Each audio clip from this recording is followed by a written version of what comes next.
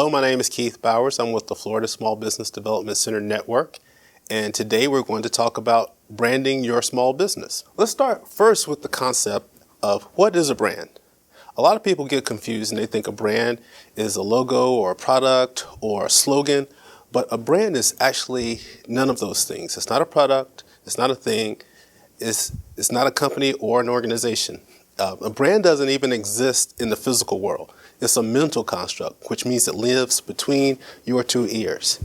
The brand can be described best as the sum of the total human experiences, perceptions, feelings about a particular thing, product, or organization.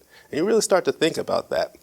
It is our visceral reaction when we hear the name of a company or a product, or we see their logo, or we see their product. So remember that. It doesn't exist in the physical world. It's all mental.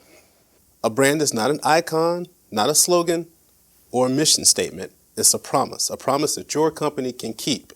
This promise can be made and kept in every activity and action that your company conducts. So let's talk about why branding is so important. One reason is people have too many choices. When you think about all the products and services that are out there in the marketplace, people are overwhelmed with all these decisions to make a choice to purchase a similar product or service that you're offering. And people have far too little time. You have a lot of competition. Most of the products or services are very similar, but what we really need to understand and appreciate is people tend to base buying decisions and choices on trust, their past experience with a product or service. So that is why branding is so important. Now, the benefits of a strong brand. When you have a strong established brand, you can require or demand premium pricing. Let's think about that for a second. If I were to hold up a plain black t-shirt right now and say, well, how much would you be willing to pay for it? Most people will answer anywhere from $5 to $10. But if I take that same black t-shirt and then I put a Nike swoosh on it, the pricing that you'd be expected to pay for that probably increases 2 or sometimes 3-fold. So because of the quality and because of that experience that the consumers have associated with that brand, you can develop or you can demand premium pricing. Another benefit of having a strong brand, it reduces vulnerability. And when we talk about vulnerability, that means how we have to react to what our competition is doing.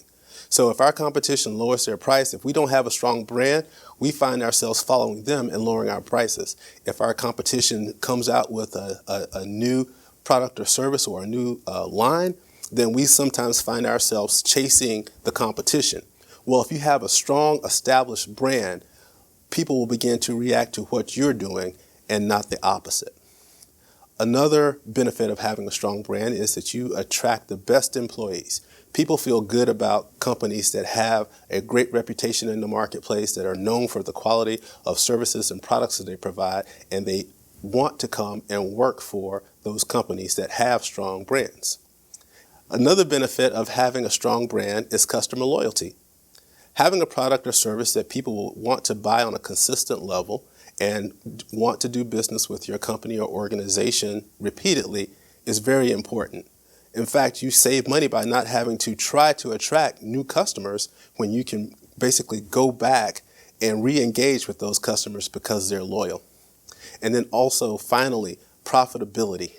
Profitability is another benefit of a strong brand. Again, you can demand premium pricing, you can reduce costs in advertising and marketing, and you can make sure that you're operating efficiently because you have a strong brand that literally sells itself.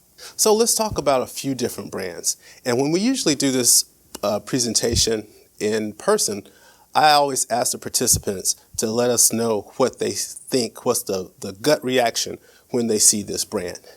And some of the answers vary when I show this brand, this logo here. Most folks say expensive, some folks say high quality, some folks say best in class. But what's interesting about all of those answers, I would say less than 10% of those folks that are responding to this question actually own a Mercedes-Benz. So they are basically basing what their perception of this brand to be off of what they feel and what they think this brand represents. even without driving a Mercedes. So when you think about that, it's very powerful. Okay, what about this one? Everyone's seen this Apple icon. What does this brand say to you? What promise is Apple making? And who is it resonating with? Well, Apple is probably one of the largest companies in the world. They have great products and services. They have customers that are very loyal, who won't even consider buying another piece of technology or equipment because they realize that Apple's brand stands for cutting edge, the latest in technology, and the coolest packaging and design. So for those people who value that brand and that gut reaction resonates with them, and they are willing to pay a premium price. Once again, Apple's a lot more expensive than most computers and most of its competitors, but people will actually, you've seen it on the news, people will actually stand in line to wait for the new iPhone, camp out overnight, because they are that loyal to this brand. Let's take a look at this one. Now, you've all seen this one. So what emotions are triggered when you see the Starbucks brand? Does this brand have value? And if so, what's the value? And one thing that's interesting, we all know that this represents Starbucks, but let me ask you a question. Have you ever seen a Starbucks commercial? I haven't. And that is the value of this brand. Starbucks does such a great job, they don't even have to advertise in conventional means. You won't see a Starbucks commercial on television. You probably won't even see a Starbucks billboard anywhere. But when you drive by Starbucks, it's usually packed. And if they have a drive-through, there's usually people waiting in line wrapped around the building. So this brand definitely has value. Let's talk about brand development. And this is very important, especially for small businesses. You can have a powerful brand that resonates with your clients and your customers, but you really have to understand what makes a strong brand. First, we like to start with the why. People probably know how you do what you do, and they probably know what you do, but what they don't know is why. And this why really differentiates you from your competitors. And this why should be at the basis of your brand development. When you think about it, why do you cook the food that you cook? You probably have a passion for cooking. So that can become your brand. That is something that's very authentic. That is something that's very near and dear to your heart. So make sure you're able to articulate the why you do what you do. Then we suggest that you try to list at least 3 or 5 unique selling propositions for your business or your product or service. And a unique selling proposition is basically how you differ from everyone else that's providing the same or similar product or service. What makes you different? What's your secret sauce? How do you stand out? How do you gain a competitive edge over everyone else? You need to list 3 or 5 different value propositions, unique value propositions that you can use and incorporate in your brand development. Now, we also recommend that you write a brand essence statement. Now, don't get nervous when we say write a brand essence statement because it's simple. It's usually 2 or 3 words.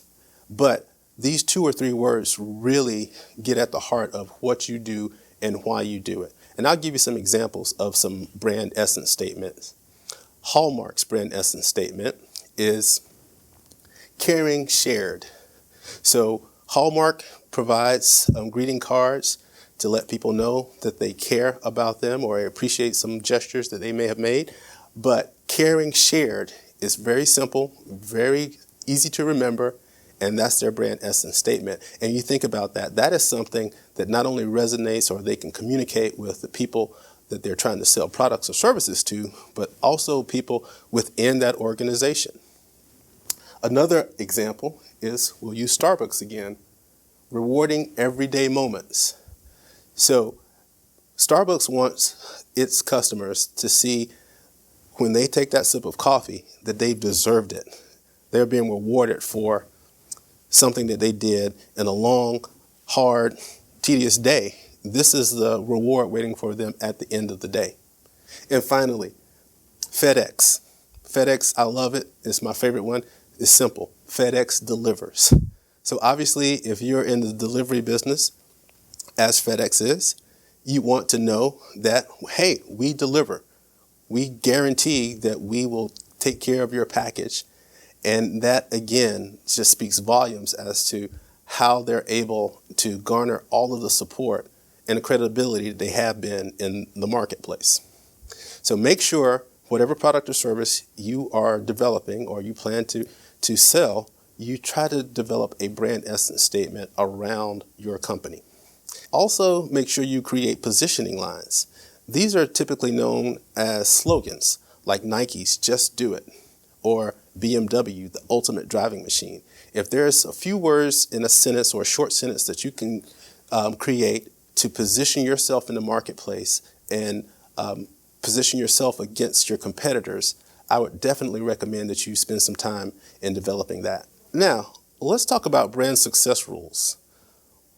Number one, and it should be number one, is be authentic.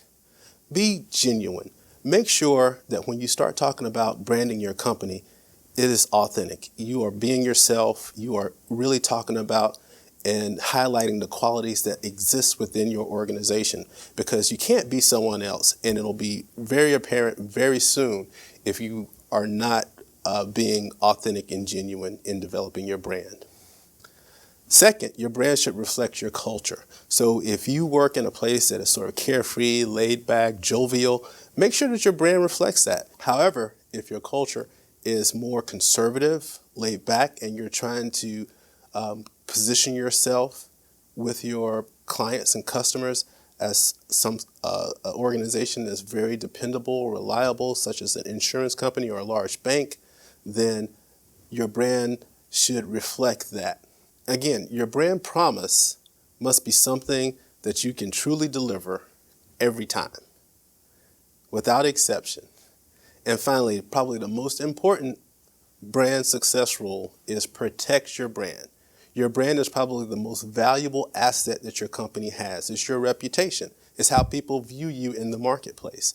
You must protect it at all times, because we've seen what happens when brands are tarnished. BP once had a very successful, strong brand, but after the Gulf oil spill, BT's position became more defensive in that they had to reassure people that they could still trust them to provide a quality product and to be good stewards of the environment. So you must make sure that you protect your brand at all costs. Finally, and I think the person who quoted this says it best, the reasons the Beatles were so wildly successful is because they never did the same thing once.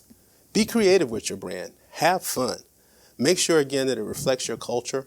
Make sure that it's a promise that you can keep. Make sure that it incorporates everything from customer service to the product to even after you make the sale, the reputation that you stand behind what you deliver.